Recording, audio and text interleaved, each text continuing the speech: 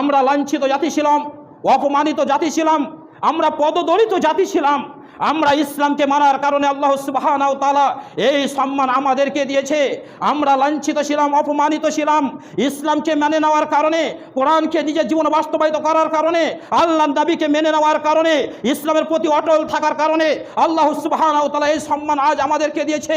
আমরা যদি মনে করি ইসলাম ছাড়া আবার শান্তি প্রতিষ্ঠিত করতে পারবো, ইসলাম ছাড়া আমরা সম্মান পাবো, তাহলে ভুল ধারণা। ইসলাম ছেড়ে দিয়ে আমরা কখনো শান্তি পাবো না, ইসলাম ছেড়ে দিয়ে কখনো আমরা সম্মান ফিরে পাবো না। ইসলামই আমাদেরকে সম্মান দিবে। প্রিয় ভাই সকল, আজ আমরা ঈমান থেকে দূরে সরতে শুরু করেছি, যার কারণে আজ চতুর্দিকে শুধু মুসলিমদের উপরে চলছে জুলুম, নির্যাতন। আল্লাহ সুবহানাহু ওয়া তাআলার কাছে এত প্রার্থনা করা হচ্ছে, এত কুনুতে নাজেলা পাঠ হচ্ছে, তারপরে আল্লাহ সুবহানাহু ওয়া তাআলার কাছে যেন দোয়া গৃহীত হচ্ছে না, কোনো সাহায্য আসছে না আল্লাহ সুবহানাহু ওয়া তাআলার কাছ থেকে। কেন? আমাদের ঈমান আজ নেই, ঈমান আজ নেই। এই জন্য আমাদের